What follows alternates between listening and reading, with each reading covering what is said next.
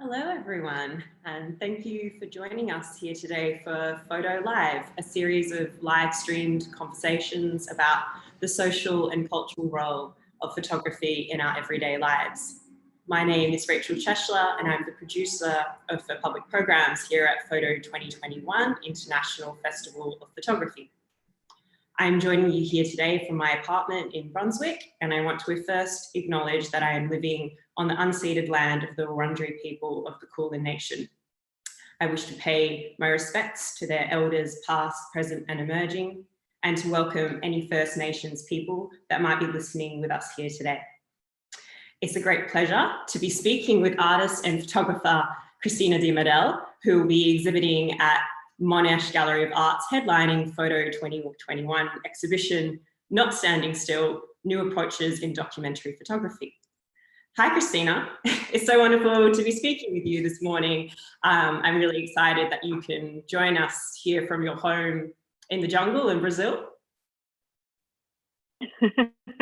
Hi, Rachel. Very happy to be speaking with you. I'm connecting almost two most extreme sides of the world at this point. Yes, I'm in Brazil, in the north of Brazil, in a place called Itacaré. Wonderful. Well, I have a lot of questions for you, and I'm sure that people listening along might have some questions too. So anyone, please feel free to comment on the Facebook, and at the end, the conversation will probably go for 30 minutes and we'll have some time for some questions. But I guess, Cristina, maybe we can kind of start. I was thinking, so you were born in Spain and you're now living in Brazil. Your practice has taken you all across the globe, sort of particularly Africa and Central America, South America. And with all of your projects, there's always been this desire to tell the stories of people and of place. Perhaps you could tell me a little bit about your, I don't know, about your childhood maybe? Do you come from a family of storytellers, or is it innate in you? You're so eloquent with your photographic projects. No, I think, well, in my family, there's always been a lot of imagination. I come from, a family where women were quite, if not powerful, had a very strong personality. And we always loved telling stories and making them bigger than they actually were. It's part of the family tradition. But I think my love for storytelling comes more from the need of escape, and how I found this sort of cave, secure cave in comic books when I was a kid and a teenager. So I very quickly developed a taste for telling stories in small squares, at the time with drawing, and then eventually with photography. Oh, that's interesting. I mean, yeah, I can definitely see that comic book approach. I mean, I was always thinking your work is very cinematic and talking about trying to making things more marvelous or bigger than they possibly were. Because I don't know if it was just because it was thinking about South America and Latin America. I couldn't help but think of like Gabriel Garcia Marquez and sort of drawing upon folk belief and the marvelous in the everyday, like looking at your series from like the 2012 Afronauts until your most recent series within Mozambique and Nigeria. And there's this sort of way of subverting this Western commitment to rationalism, and I just see a lot of these like ideas of speculative fiction or magical realism within your work. I don't know, it strikes me that maybe you're a bit of a utopian in some ways. Do you think that metaphor and all these, how do you use them? They seem so... Yes, definitely. I think, there is a specific Western way, very pragmatic way of telling stories, but there is also, mythology and fables and myths have been within our ADN for very long. And for me, they always played a very important role. And of course, it is also no coincidence that I am living in Latin America and I was interested in Africa, because I've always been, if not obsessed, extremely interested in mythology and popular culture and the tales and all these type of different version of reality that explains what happens in life, but not through a Cartesian approach to life, but rather with the magic and legends and so on. I lived in Mexico for a few years. I'm still half based there. And of course, Gabriel Garcia Marquez is a huge influence. Magical realism is a huge influence. And I think one of the reasons why I left Europe, Cartesian Europe, is because I really enjoy, and it inspires me a lot to be surrounded in a reality that is totally unpredictable, where what is scientifically provable is as important as the legend or tradition or popular belief, because that's reality in the end. For me, as important one. Belief and science are, for me, equally important, because they modulate, they shape reality. No, I'm really interested, and I think we'll maybe pick back up on this idea of unpredictability, which seems ever more pertinent, like right now in this moment where we've never encountered this experience before. So sort of looking to ways where, there is this sort of more opacity in how you might navigate through. I was kind of sort of to pick up what you were saying about alternate ways of thinking. I was quite drawn upon, obviously there's been a tendency in the art world at the moment to sort of maybe in some ways confuse alternative ways of thinking with the creation of fictional realities. And I think some artists are working in this manner very eloquently and with a great level of dexterity. And I know in your work, you deliberately sort of mix fact and fiction. You stage events and you play with stereotypes. If I think about your book, The Afronauts, and there's this mixture of stage photographs that you've taken, archival photographs, there's newspaper clippings. I don't even know necessarily what it was like real and what is not real. But I guess I kind of might be interested, because to me, operating in this realm where you dismantle cliches and play with stereotypes and reimagine narratives is quite dangerous terrain. And I feel that maybe your background as a photojournalist serves you well here, but I guess how do you operate in this sort of what could be a very slippery space? Yes, I think if I had not spent 10 years being a photojournalist and working in like daily press and breaking news in newspapers, not big newspapers, small newspapers, I wouldn't have like the core idea of what I have developed in a more personal way with my artistic or personal projects. For me, reality was not enough. Facts were not enough to explain the reality as I understood it.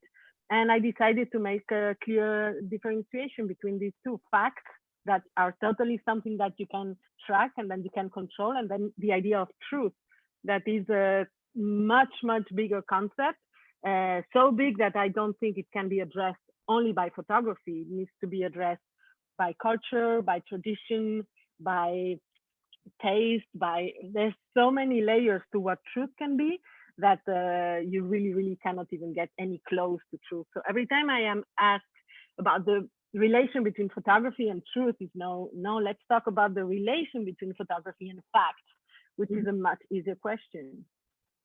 Yeah, no, I mean, and that's that sort of idea of, that relation between photography and fact, as opposed to, say, truth.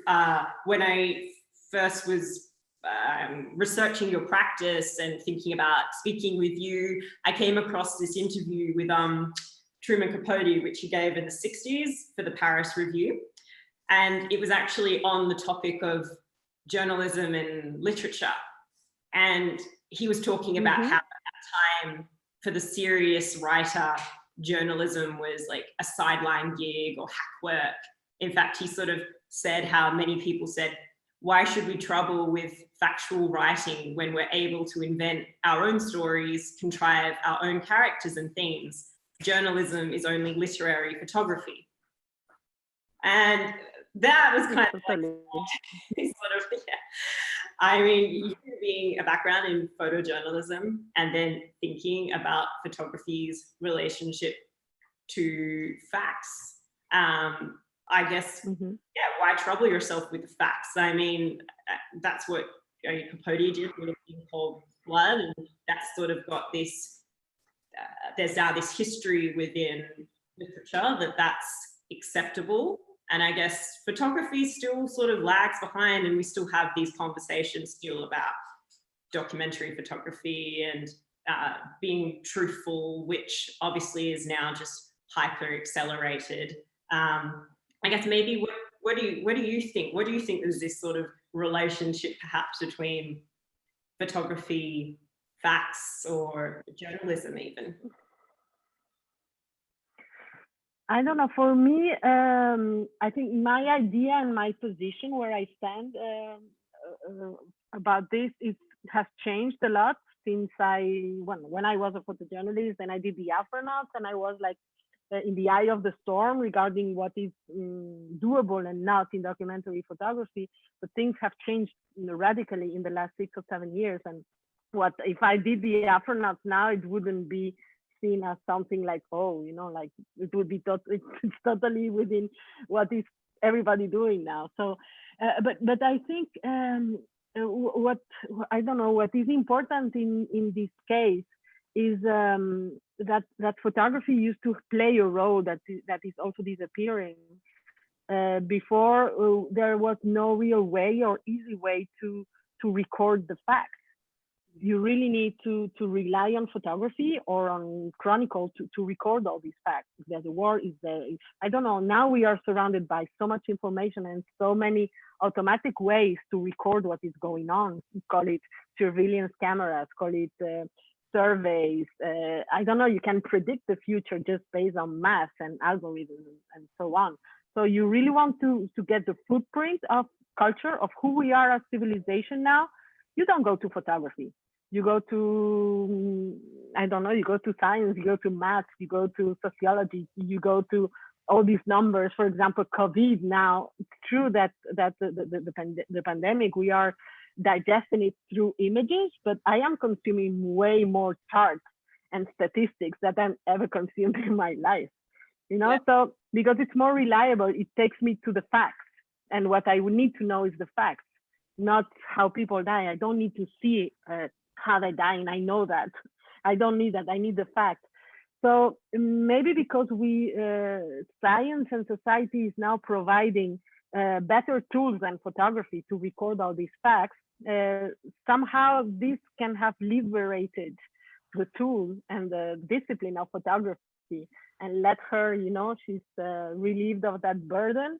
And now she can explore other paths, like other disciplines like cinema or literature or sculpture or painting have done, and they never had to worry about whether their message was true or not. They just did what they wanted. But photography was carrying this heavy backpack of truth in the fact. So, but that's just my theory for this month. I might change it next month. I don't know. I mean, I'm kind of interested. Yeah, this is like COVID-19 is this sort of like novel moment. Like we've got an opportunity to reinvent things. And if like for photography, it's like, yeah, let's try and seize that and see like what can it be and how can we know where, I don't know if we know, but we can see where some of the failures are working our way through politics and across borders and across countries. And it's like, well, we've got this tool and how can we refashion it? Because ultimately, like we created the tool, we shouldn't be letting it use us. We should be trying to figure out how to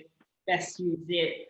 And maybe we can kind of have a look at some of your photographs and we can sort of continue this conversation. I know we spoke before about maybe like multiplicity and sort of this idea of a change and sort of unknowing in a way. I was thinking about your project, Midnight at the Crossroads, which you and your husband, yes, and collaborator, Bruno, explored the roots and sort of representations of African spirituality from Benin to Cuba, Brazil and Haiti.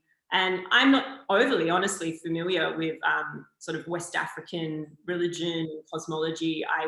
Most of the information I have has come from popular culture and from cinema and television. So, but when I was looking through your images, I guess I was quite interested in the ways that you documented both the natural environment, the sort of domestic space, architectural spaces, but then obviously the rituals and customs and practices of this people across 4 different locations.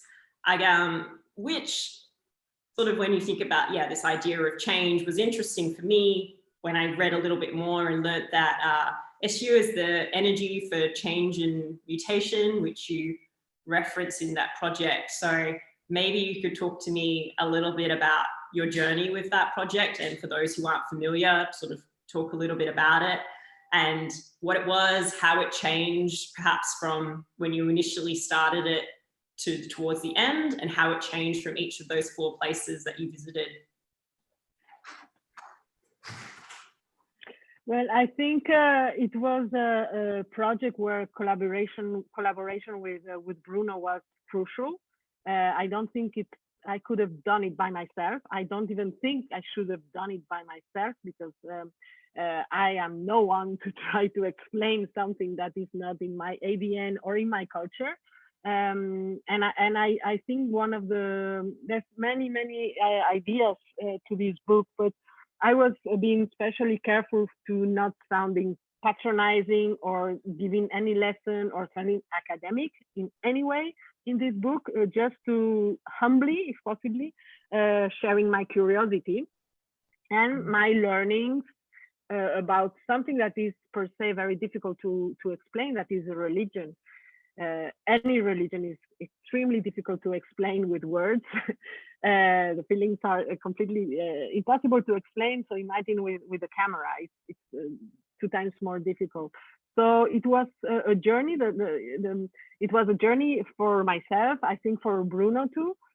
Even if he was way more familiar with the subject, because not only that he belonged to the religion, but also he's Brazilian. So there was no sense, of the white woman again projecting the exoticism of a crazy ceremony or anything like that. He would stop me immediately, even if I because it's we really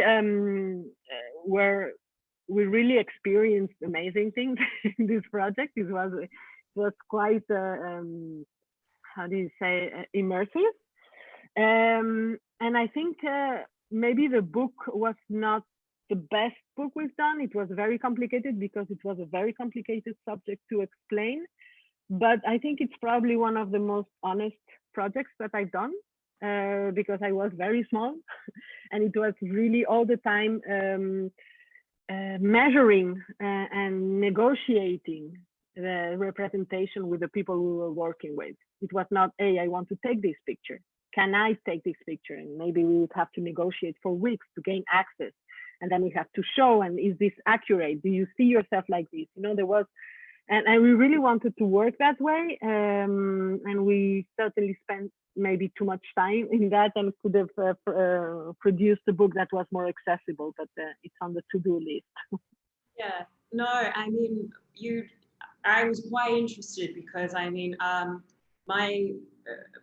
one of my past lives was in public art and sort of working with community, and you always had this idea of, yes, when you're bringing in an artist to a community that you're not necessarily attached to, how do you work with them and how do you tell their stories and make sure what's the appropriate level of in engagement or participation, and what happens to authorship in that sort of context.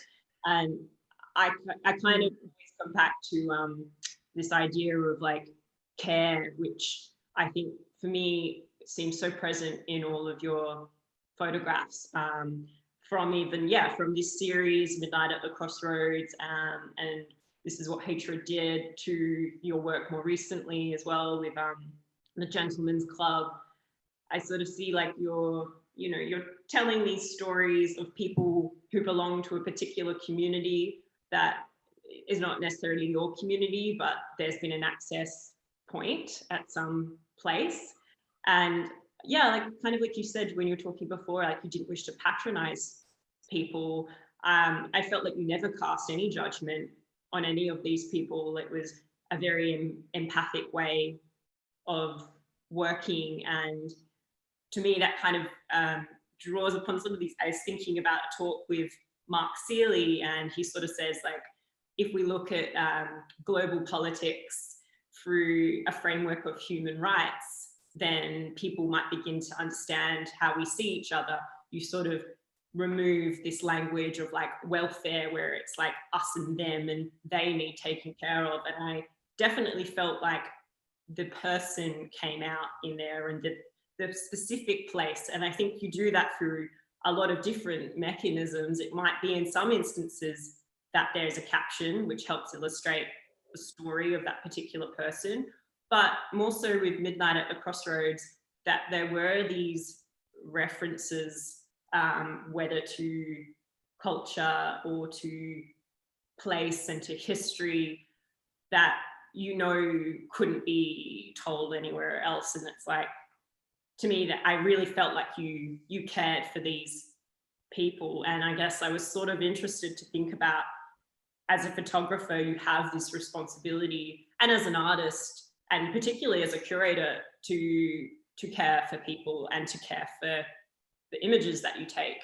And I was wondering why you chose to maybe bring these images, which I think maybe I'll put some up so we can talk to them, that are quite private. Yeah, sure. Like they're in domestic spaces, and you've brought them out now into the public realm. And I guess why do that, perhaps? But I'll bring them up so people can have a look. But okay. yeah, maybe will I see them also on the screen? Yeah, you'll be able to see so them. I know which image. Okay. Let me just. Okay.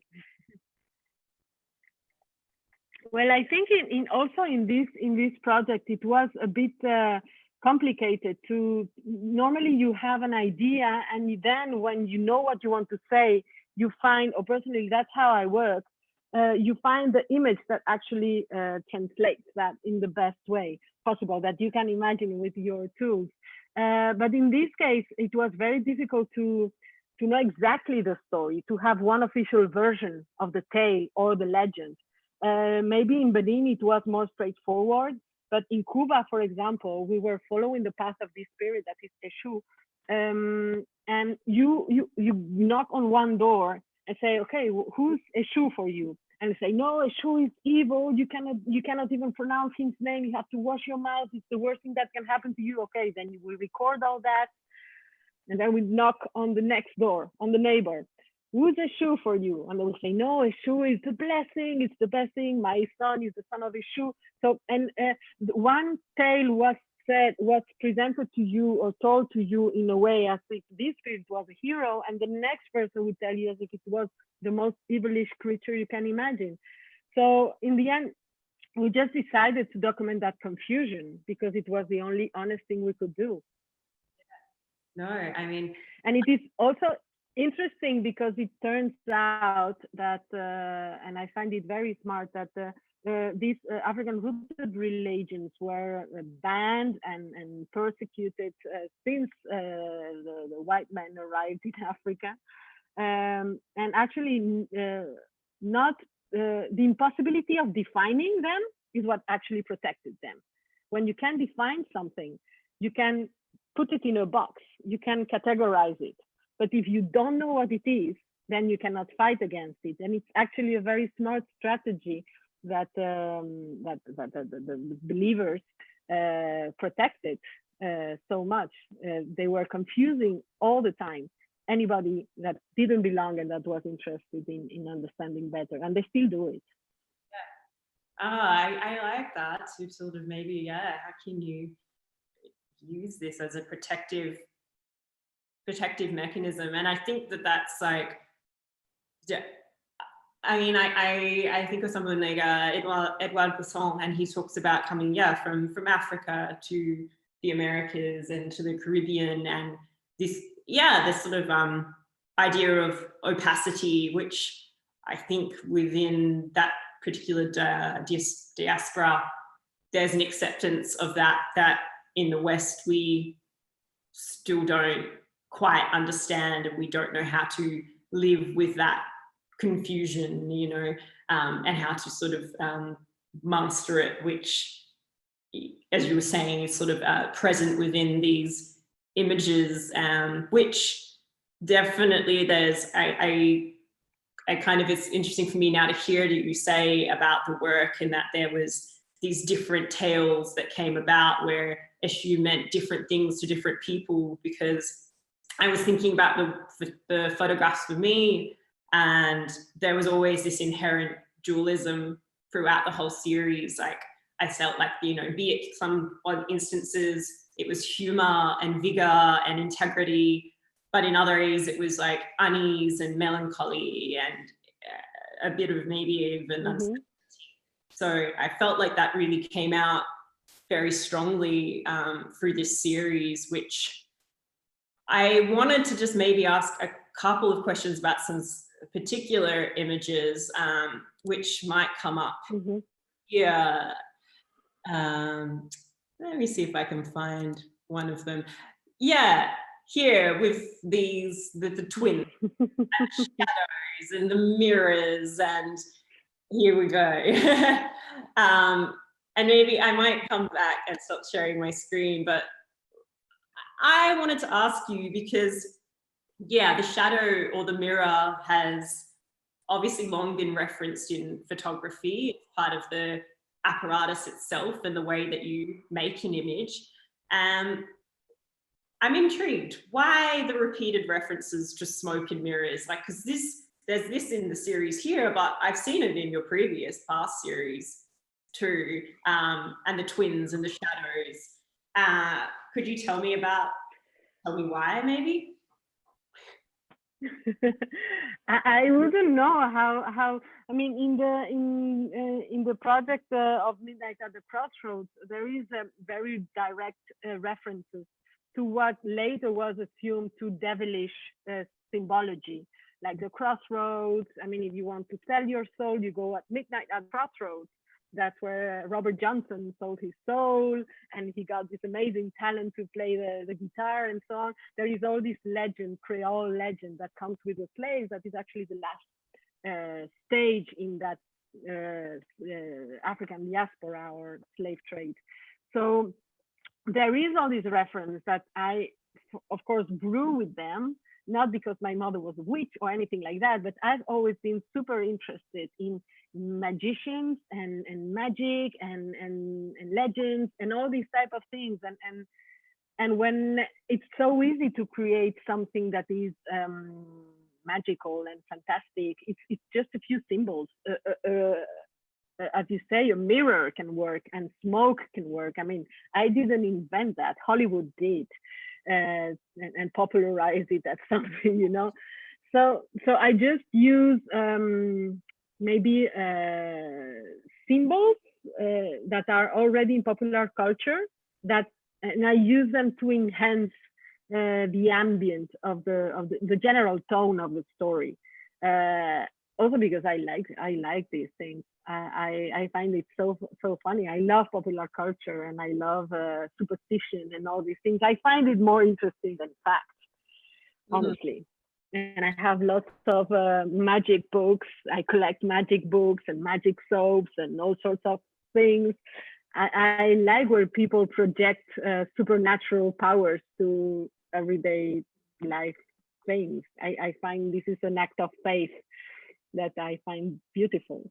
Yeah, and it is, and it's like these things come in and fill I don't want to say gaps, like they fill the gaps, but the spaces that exist between things is like where, say, yeah, magic or superstition or religion or something comes in and helps us to make sense of this world, and is yeah, I think it's on par to like whatever the facts are. I just couldn't help but think within the series. So yeah, there's sort of some characters which would seem more like devilish, and I was thinking about the word monster, which comes from the word to warn. And then in your images, where there's smoke, there's fire. And I couldn't help but think about whether they were a warning of some kind. I don't know necessarily to what, but I just kept trying to think about how they, how do you see these images now even? And I don't think that we need to make sense of this current situation, but it's interesting to rethink about our own archives and to think about series we created over the past decade and what's their relevance perhaps now. Yeah, what might you see people? I think we have such like a dense and populated visual library at this time of and symbolic things that our mind immediately translate into concepts. I mean, if you see smoke, you're gonna think, I don't know, Scotland, Lake Ness. You're gonna think like there's all these type of stories that can happen. If you're driving and there is fog, then you're not going to be thinking of Egypt. Your mind will take you, and your fear will be a very well precise fear that is based on the movies and the books that you've read. And I think that is this visual library that we all carry, and that can be different from different cultures. Of course, I use the one that I grew up with, is an amazing toolkit to tell stories. Like, and photography is like the best catalyst for that. I told the story of an African space program in Spain, just because I could use the symbols and the icons that the NASA had put there before and all the comic books had put there before. And for me, it was just reproducing very simple props, and I could transform my backyard into the moon. That's because we have that library. And the same works with this series, with Midnight at the Crossroads. If I want to sort of impregnate the whole thing with the devilish, mysterious, scary, but still interesting flavor, I put smoke, I put a lot of red, I put mirrors, I put shadows, and there you go. Yeah, no, I mean, you can draw upon all of those elements, and you can tell the story that's needed to be heard right now. I guess maybe one of our like sort of last questions I have before we maybe have a look and see if any questions have come through. But yeah, if you're the one that's in control of this story and you're sort of relying on your own opinion in place of the facts, so whether that in this instance is recreating the moon or a space landing in your backyard in Spain, where does that maybe leave us where we, you know, the sort of post-Brexit Trump situation where, you know, opinion has taken primacy over facts, and emotional appeals are what are used and weaponized in a way by politicians. I guess in uncertainty, where our government and our institutional frameworks have become so unreliable, and we're still trying to, in some ways, attempting to uphold them. How do you see yourself when obviously these stories are always told by the victors in some ways, and they enable some while disabling others? Where would you see photography sitting in that sort of murky miasma of post-truth and institution? I think, I mean, the post-truth and the fake news era that we are living now is, I mean, more serious than ever, more dangerous than ever, but also came in a time where the audience is more critical than ever, and the audience is more visual literate than ever. If Trump had been the president of the United States in the 60s, it would have been a total disaster. Like really, because people were not used to to project a critical reading of the image. You would just trust whatever was in the cover of the main newspapers, and that's the truth, and that's the official version, and that's it. It's true because I saw a picture of it. Now, 40 years later, 50 years later, we all know the tools we have. It's reached the point where you, by default, don't trust any image, not one. You just say, no, this cannot be true. Even if it's true, you just say, no, this cannot be true, which is totally the opposite. So I think there will be an evolution in that. And I think whenever it stops being a useful propaganda tool, it will just calm down and come back to a normal communication tool. But now it's not the best time to test it because everybody is so stressed and nobody knows, I mean, what's going to happen. So everybody's freaking out. And when you freak out, you just make as much noise as possible and use whatever you have in hand to destroy or to change things around. I don't know. But I wouldn't blame photography for that. I think photography is doing a great job. It's reinventing itself, and it's actually building armies. Sorry for the war use of it, but it's actually creating armies of people who question these images and who actually put everything in context and actually play even with it, with memes and all these kind of things.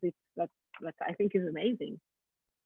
No, I agree. And I mean, I like to think that, yes, we have become in many ways more critical of these images, and that it's not just going into a sort of disavowal of any type of imagery that people, rather than just go, oh, I don't believe it now, which I get fearful though, that is the case, that it's like, it's not that there's like a critical reading of the images, it's just that people are just pushing it aside. But I hope though that, you know, this is sort of, people might seize this opportunity to rethink these power structures that we have and how you could, who are the people we want in them, because that's going to be what sort of leads us forward and hopefully out of this situation.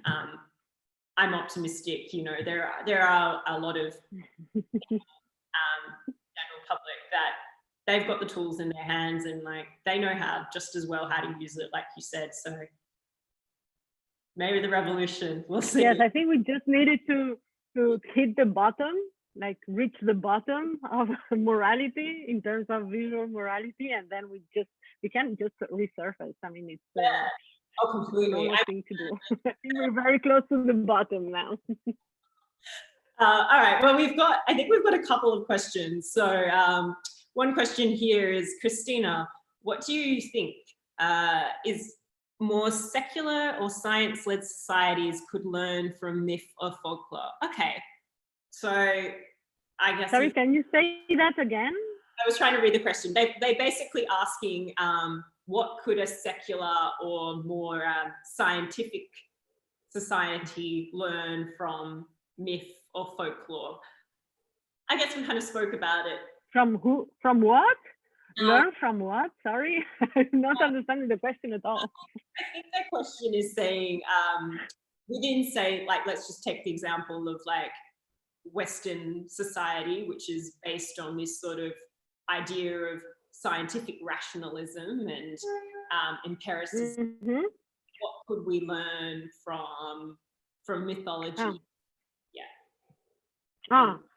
I mean, so much. There is so much to learn. I think Cartesian understanding of reality was very useful at a time where this superstition was going crazy. But I think it is a natural evolution in our society as we are now, because we are much more layered. Everything is not black and white anymore.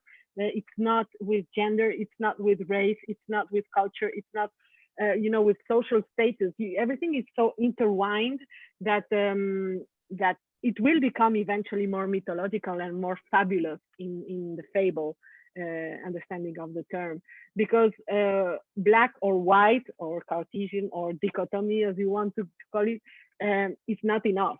It's not enough, and we need a much more layered and rich mental structure to understand and be able to engage with society as it is now.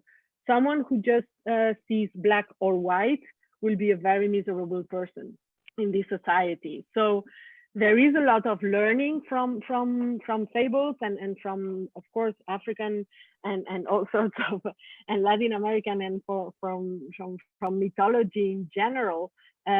Also, I think not only that, but also mainly the link there is with nature. That is also extremely important, because we put a god in a cross and it's a man, of course, and so on. But if you go to African rooted religions, they worship a waterfall, and they worship thunder, and they worship the sea. So there is some sort of base of respect to nature and the sanctity of and holiness of the planet that I think could come very handy in the times we're living. Yeah, no, completely. I mean, that's what you could say. Yeah, we put man up on the top, and look what has trickled down from that. And what could go wrong? What could go wrong? You put a white man on a cross and then worship it. What could go wrong? So many things. All right, I am conscious of the time, so I'll answer this one last question. Ask this one last question, and then wrap up, which is Cristina, the way you work immerses me in worlds you describe. Oh, there you go. Your work seems very cinematic, is what they're saying. Have you worked with moving image or video? I try, and I have a big archive of moving image, and I am now working on a project of a feature film. But it's very slow, but it's going to happen. I just need the time to do it, and this isolation time and this pandemic is accelerating that process. So I might be able to present something or to start seriously working on the idea before the end of this pandemic, hopefully. I am extremely, if not, I would say 90% inspired by movies. Not only the visuals, but the storytelling and the narrative structure. I read a lot about script writing and the theory of storytelling. I'm passionate about that. And yes, I think I have so much respect for that, that's why I'm not daring to do it with the same freedom as I did photography, I guess. All right, cinema was one whole other thing that I wanted to talk to you about, but I knew we wouldn't have enough time. But maybe quickly, do you have a couple of directors that you look to quite a lot? Yes, I mean, more than directors, there's movies, I don't know. I like most of them, even the bad movies I love. But Ridley Scott, I love. Jim Jarmusch, I love. Aronofsky, I love. I am now watching again all the movies by a Spanish director called Isabel Coixet. I'm rediscovering them again. They're amazing. They're beautiful and simple. I like Wes Anderson. I love Spielberg. Yes, I love even the bad movies, and not because Spielberg. That's not the link, but I love when people tell me stories. I love listening to stories, and if they're well told, it's the best thing for me. Yeah. Well, that seems like a good place to end it, though. I think more stories. Hopefully, that's what comes out. I think maybe this is when people will write their novels or make their films. Thank you so much, Cristina. Probably. Mm-hmm. It's been so lovely to speak. Thank you, Rachel. Thank you. I also just want to quickly say some more thank yous to our live captioners, Marissa and Mana, who've done a great job today. I also want to say thank you to Photo 2021's founding partners, Naomi Milgram, Bill Bowness, and Mark Henry for their ongoing support. And I want to thank Monash Gallery of Art for your support of Photo 2021. I'd also like to say a thank you to RMIT, which Cristina, you were going to be out here with us running some workshops and doing the live labs. So hopefully sometime in the future. I'm certain there is Hopefully. so many people out here that want to work with you. So I hope that in the future you'll be able to make it to Australia when this traveling resumes and what that looks like.